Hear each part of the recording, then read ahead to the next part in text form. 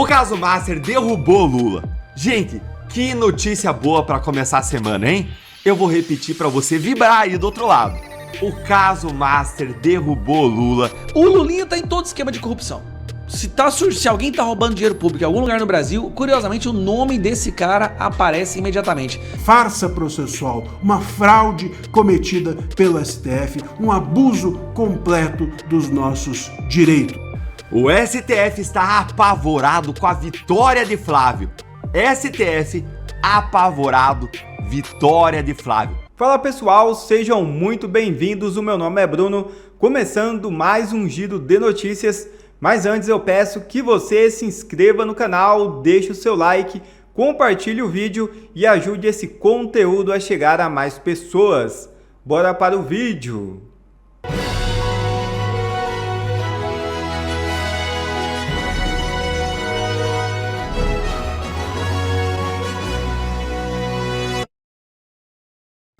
Fux assumirá a presidência da segunda turma do STF, sucedendo Gilmar.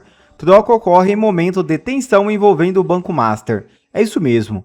O ministro do Supremo Tribunal Federal, Luiz Fux, será o próximo presidente da segunda turma da corte. Ele deve assumir o colegiado no lugar do ministro Gilmar Mendes em agosto, no retorno do recesso do judiciário, e herdará a pauta marcada pelo caso Master. A troca ocorre em um momento de tensão envolvendo as investigações sobre o banco. Gilmar Mendes tem feito críticas à condução do inquérito pelo relator da Operação Compliance Zero, ministro André Mendonça. Com Fux na presidência da segunda turma, a expectativa é de que a condução da pauta ocorra de forma mais alinhada à relatoria do caso. Cabe ao presidente da turma definir a pauta de julgamentos e conduzir as sessões do colegiado, decidindo quando os processos serão levados a julgamento, inclusive após a devolução de pedidos de vista. Moraes dá 15 dias à PGR em inquérito contra Flávio Bolsonaro. O ministro Alexandre de Moraes do Supremo Tribunal Federal estabeleceu um prazo de 15 dias para que a Procuradoria-Geral da República apresente manifestação sobre o inquérito da Polícia Federal que investiga o senador Flávio Bolsonaro. A apuração foi instaurada após a Polícia Federal concluir que o parlamentar, que também é apontado como pré-candidato à presidência da República, pode ter cometido o crime de calúnia contra o presidente Luiz Inácio Lula da Silva, em publicação feita nas redes sociais. Segundo a investigação, a manifestação de Flávio fazia referência a Nicolás Maduro e continha a afirmação de que Lula será delatado. Para a Polícia Federal, a publicação atribuiu de forma falsa ao presidente da República a prática de crimes como o tráfico internacional de drogas, lavagem de dinheiro e apoio a terroristas. Com o envio dos autos à Procuradoria-Geral da República, caberá agora ao órgão analisar o material reunido pela investigação. Após essa avaliação, a PGR poderá optar por favorecer denúncia, requisitar novas diligências para complementar o inquérito ou defender o arquivamento do caso. Nova pesquisa põe o Planalto em pânico com queda de Lula e reação de Flávio. Veja o vídeo. O caso Master derrubou Lula. Gente, que notícia boa para começar a semana, hein? Eu vou repetir para você vibrar aí do outro lado. O caso Master derrubou Lula e onde ele menos esperava, Lula vai perder a cabeça com uma notícia que saiu agorinha de manhã. A conta do escândalo do Banco Master começou a chegar bem onde mais dói no Lula, na urna e no Nordeste. Saiu hoje uma pesquisa mostrando o presidente caindo justamente no reduto mais fiel dele, o Nordeste, logo depois daquela operação da Polícia Federal contra o Jacques Wagner. Dá uma olhadinha aí no Jacques Wagner na tela, lá no Nordeste, com o governador Jerônimo, eles lá fazendo o L. Pois é, essa conta chegou, a conta do L. E o mais revelador, gente, é quem que está apontando o motivo dessa queda. Dá uma olhadinha aqui comigo nos números. Segundo a pesquisa da BTG Nexus, que foi divulgada hoje na Folha, no Nordeste, no segundo turno contra Flávio Bolsonaro, Lula caiu de 66% para 61%. Veja, 5 pontos de diferença, isso em 2 semanas. E no mesmo período, o Flávio subiu de 28% para 30%. A pesquisa ela ouviu mais de 2 mil eleitores entre os dias 26 e 28 de junho, ou seja, exatamente uma semana depois da operação que atingiu Jacques Wagner, o então líder do governo do Lula no Senado, investigado por essa ligação como um sócio do Daniel Vorcaro, dono do Master, inclusive pelo recebimento de possíveis, em tese, propinas multimilionárias. Lula caiu também no Sul, mas no Sul não é muita surpresa, né, gente? Onde em vez de ele ter 66%, ele tinha 38%. Veja, no Nordeste ele tinha 66%, no Sul ele tinha 38%. Muito diferente a visão do Lula no Nordeste e no Sul. E desses 38% que ele tinha no Sul, ele caiu também, igualmente 5 pontos para 33%. Ou seja, você vê o impacto aí sistêmico desse escândalo do Master sobre a perspectiva eleitoral do Lula. E por que isso é tão grave para o Lula? Por dois motivos. Primeiro, quando a gente olha para o Nordeste, lá é o cofre eleitoral do Lula, gente. É a região onde ele, historicamente, ele ganha com mais facilidade. E a Bahia, estado aí do Jacques Wagner, é um dos principais redutos do PT no Nordeste. Em segundo lugar, não é coincidência nenhuma o tombo vir colado no caso Wagner. O Wagner ele não é um petista qualquer. Ele é um dos maiores caciques do PT no Nordeste. É ex-governador da Bahia. É onde o grupo dele manda há décadas. Quando o caso Master atinge o Wagner, isso respinga no Lula bem no ponto onde o Lula é mais forte. E o detalhe aqui mais revelador de todos vem agora. Mas, antes, veja que quase metade das pessoas que estão aqui agora assistindo aos nossos vídeos não são inscritas aqui no canal. E aí a minha equipe me trouxe essa informação e eu quase não acreditei. Oxi, já que a gente tá falando do Nordeste, oxi, por que você não tá inscrito aí, hein? Oxi, escreve aí, oxi. Que agora vem o que importa. Segundo a Folha de São Paulo, a análise desses números já circula entre os próprios ministros do governo Lula que estão creditando o tombo ao caso Master. Ou seja, o Planalto já entendeu o recado. O escândalo virou oficialmente um problema de voto para o Lula.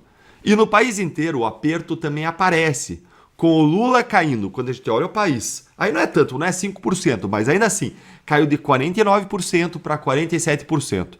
E o Flávio subiu para 44%, colando de vez no segundo turno. Que loucura, gente, essa gangorra de números, não é? A gente vai ter fortes emoções até as eleições, as mais importantes das nossas vidas. Você já está trabalhando? Não adianta chorar depois, viu? Nem correr atrás do prejuízo depois. Depois o leite é derramado. Então acorda aí, porque agora é a hora da gente abrir os olhos das pessoas e influenciar a visão das pessoas sobre os pré-candidatos e como um vai impactar o nosso futuro se for eleito. E agora me conta aí, você acha que o Master ainda vai derrubar mais o Lula daqui para frente? E PF pede mais tempo para analisar provas contra Lulinha no caso INSS. É isso mesmo. Vocês não têm noção da estrutura, de toda a mobilização que está sendo criada e executada para proteger o filho do presidente. O Lulinha, aquele que catava cocô de elefante no zoológico, agora se tornou um dos maiores empreendedores e empresários do Brasil, que no momento está na Espanha, né, para fugir da justiça brasileira. Ontem eu gravei um vídeo mostrando que, além de tudo que está acontecendo, Lulinha também está envolvido no caso Master. Ele era assessor de um grupo financeiro chamado Grupo Fictor, que tentou comprar o Banco Master. Curioso, né? E os próprios membros do Fictor falavam que o Lulinha foi contratado para abrir as portas com o governo. Curioso também. Aí vamos lá, vamos falar agora do Andrei Rodrigues. Ontem também eu gravei um vídeo falando que a namorada do Andrei Rodrigues, o diretor da Polícia Federal, recebeu milhões de uma empresa ligada ao Vorcaro. A namorada do diretor da Polícia Federal. Aquele diretor que foi para Londres degustar uísque, pago com o Vorcaro, que a passagem dele foi paga com o Vorcaro, e que o Vorcaro falou que iria acionar ele e Paulo Gonet para que ficassem em Londres e não fizessem besteira e sacanagem contra ele. O fato mais absurdo de tudo é que o Andrei Rodrigues continua na frente da direção da Polícia Federal. Agora vamos lá. E o INSS? Ninguém fala mais do INSS, né? Todo mundo já sabe que o Lulinha recebia 300 mil reais do Careca, que é o pivô central ali do escândalo do INSS, sem falar dos 25 milhões que ele recebeu de bolada inicial. O dinheiro do Careca era repassado para Roberta Luxinger, que por sua vez repassava para o Lulinha. Às vezes esse repasse era feito até em viagens para a Noruega para ver a aurora boreal. Mas e aí o Andrei Rodrigues decide trocar o delegado à frente da investigação do Lulinha. Pera, Peraí, como é que é? Eu vou repetir. Entenda isso aqui. O diretor da Polícia Federal escolhido por Lula, que era um segurança do Lula, tá? Decidiu trocar o delegado à frente da investigação do INSS. Tudo para proteger o Lulinha. E aparentemente também não está cedendo o pessoal, a equipe, né, o contingente necessário para levar essa investigação à frente. Por isso eu trago essa matéria. PF alega falta de pessoal e pede mais prazo a Mendonça para a investigação que cita Lulinha. O ministro do STF determinou que a polícia concluísse em até 60 dias a avaliação de itens apreendidos em operações. Cobrança foi motivada pela insatisfação do relator com a lentidão nas investigações sobre o caso. Só para lembrar, no caso do Master, a equipe que está fazendo a investigação não sofreu alteração ainda. Eles tentaram, mas recuaram depois. E nós estamos vendo aí busca e apreensão todos os dias, pessoas sendo presas, e as coisas estão avançando. A do INSS, que é anterior à do caso Master, está travada. Não vai a lugar nenhum. Já teve delação, né? Mas até agora, nada. O que está acontecendo? Puxando a matéria novamente. A Polícia Federal informou o ministro do STF, André Mendonça, que precisará de mais tempo para analisar o material apreendido na Operação Sem Desconto, que apura fraudes no INSS. Essa etapa inclui a avaliação sobre a quebra de sigilos bancários, fiscal e telemático de Fábio Luiz Lula da Silva, Lulinha, filho do presidente, autorizada pelo ministro ainda em fevereiro. Então, peraí. Foi autorizada a quebra do sigilo bancário, fiscal e telemático em fevereiro. Nós estamos agora em junho, entrando em julho, e a polícia está pedindo mais tempo. Mendonça havia determinado à PF que concluísse em até 60 dias a avaliação dos itens como celulares, HDs e pendrives dos presos da operação e daqueles que foram alvos de medidas restritivas. A cobrança foi motivada pela insatisfação do relator com a lentidão das investigações sobre o caso. No último dia 9, a corporação afirmou que conseguiria analisar o material apreendido dos presos em 30 dias, mas precisaria de até 6 meses para avaliar os itens do restante dos investigados, ou seja, depois das eleições. Curiosamente, a Polícia Federal, que para prender idosa, tá, para fazer busca e apreensão na casa de comunicador da direita, para prender jornalista, é assim. Agora, para prender o filho do Lula que estava roubando os velhinhos do INSS, aí, meu amigo, eles não têm. Não tem equipe, não tem pessoal. A polícia alegou a falta de agentes atuando na operação. São 11 pessoas, enquanto seriam necessários mais de 40, segundo o órgão. A PF também afirmou que a análise global do material, cerca de 1.700 itens, encontra-se em estágio inicial, que teria finalizado cerca de 40%. Então vamos lá. O filho do presidente envolvido no maior escândalo de corrupção envolvendo os aposentados da história do Brasil está na Espanha, vivendo uma vida do bom e do melhor. O cara está envolvido com o Master, recebeu da Fictor, ajudou, estava por trás da tentativa da compra do Banco Master pela Fictor. Ele está em tudo. O Lulinha está em todo esquema de corrupção. Se alguém está roubando dinheiro público em algum lugar no Brasil, curiosamente o nome desse cara aparece imediatamente. Vou falar uma coisa pra você, cara. O Lula deve morrer de orgulho. Não tem pai mais orgulhoso no Brasil do que o Lula, porque esse cara consegue ser mais podre que o próprio pai. Mas aí estamos lá, né? A Polícia Federal, curiosamente, que para prender gente inocente, para arrebentar com a vida de pessoas pelo que elas falam e opiniões, aqui em casa apareceu uns 10. Só aqui em casa. Apareceu 10 a mão do Alexandre de Moraes.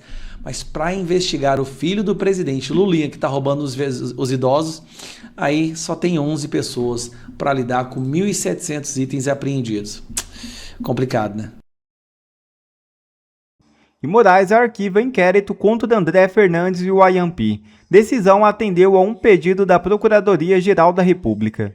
Enquanto o Brasil inteiro estava grudado hoje na televisão assistindo Brasil e Japão, aliás, cá entre nós, um jogo sofrível, ruim, o Moraes, caladinho, aproveitou a distração nacional para enterrar uma das maiores fraudes do dia 8 de janeiro. 2 inquéritos abertos contra parlamentares da direita há mais de 3 anos acaba de ser enterrado. Um desses inquéritos aberto por conta de uma piada de internet. Eu vou te contar essa história do começo ao fim e te mostrar por que esse arquivamento é, na verdade, uma confissão de fraude do próprio ministro Moraes. Vamos ao que aconteceu hoje. O Moraes determinou o arquivamento de 2 inquéritos do dia 8, um contra o deputado André Fernandes, do PL do Ceará, e o outro contra a ex-deputada Silvia Auape. Os 2 eram investigados pasmem, por publicações que fizeram nas suas redes sociais na época dos atos do dia 8 de janeiro. E presta atenção no caso específico do André Fernandes.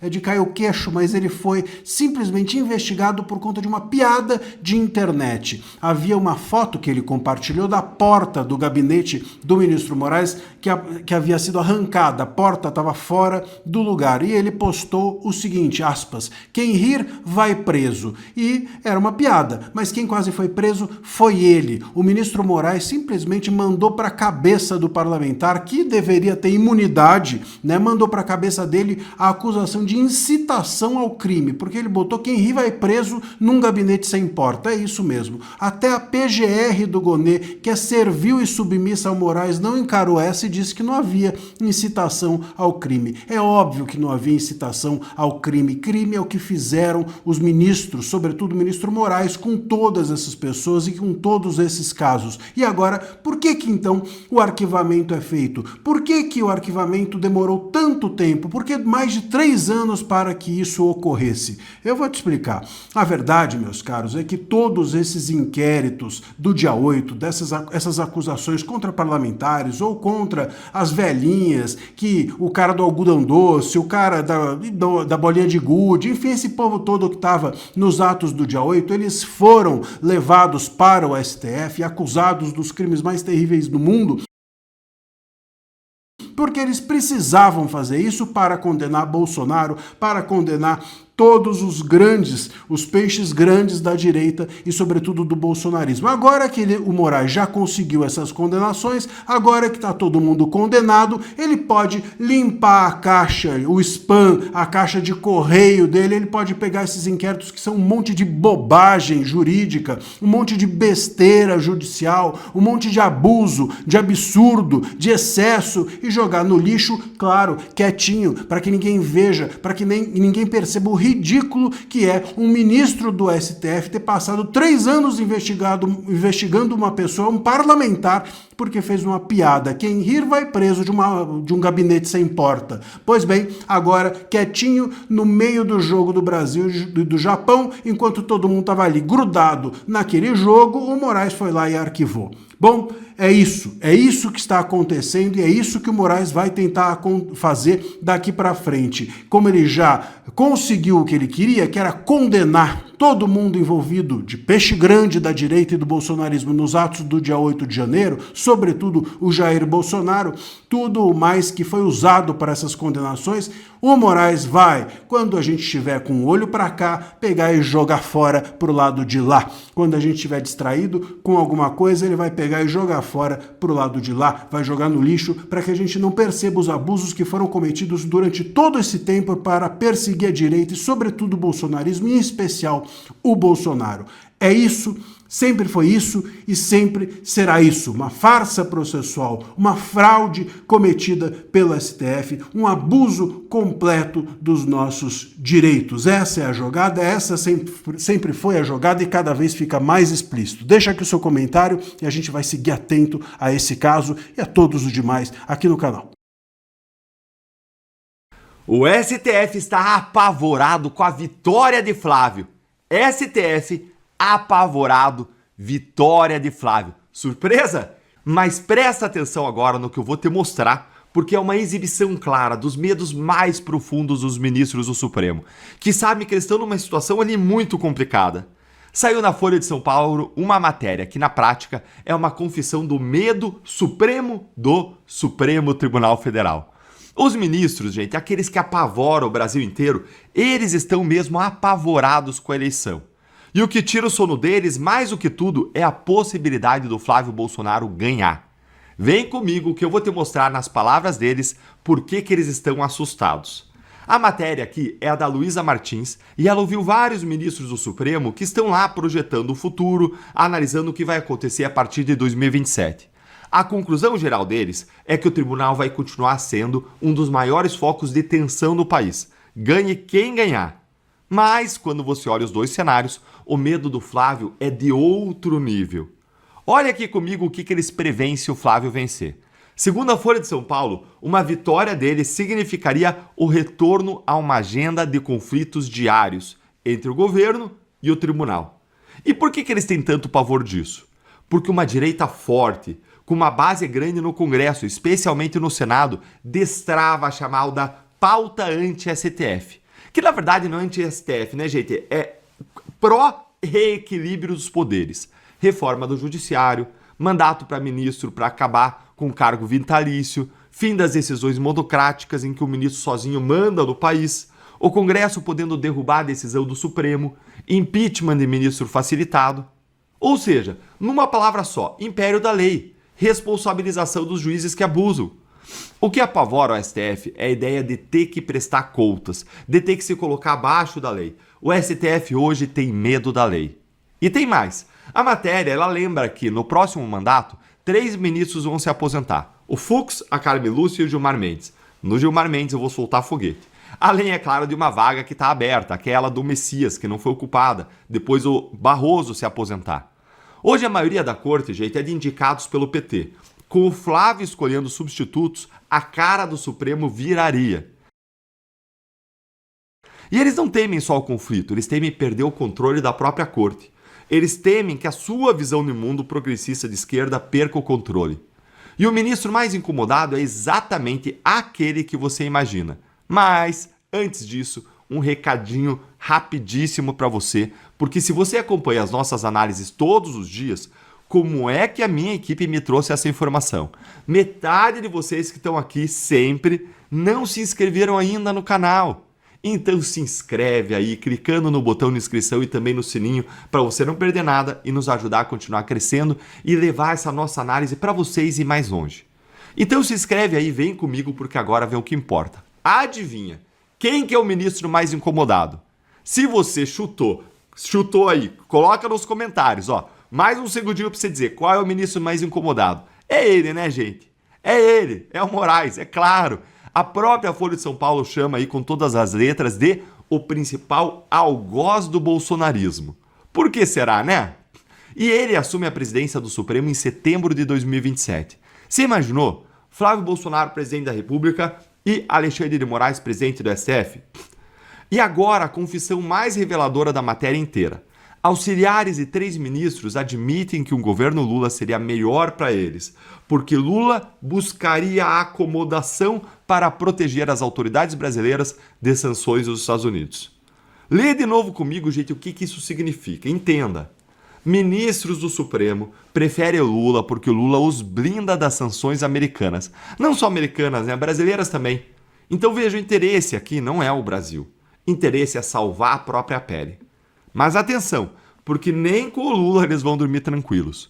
Os próprios ministros, eles admitem que no novo governo Lula, a corte vai ter dificuldade de sair dos holofotes, porque vai ser chamada toda hora para arbitrar a briga do governo com o Congresso. Toda hora vão ter que ajudar o governo Lula a atropelar o Congresso. Traduzindo, eles sabem que eles vão continuar sendo juízes ativistas que socorrem o Lula toda vez que o Lula vai para o Congresso e perde, passando por cima do legislativo e dando as decisões fora da Constituição de sempre para ajudar o Lula. Com o Lula, ele segue ali no centro da lama, só que com uma muleta do governo. Junta tudo isso, gente, e a confissão é uma só. O STF tem pavor de ser controlado.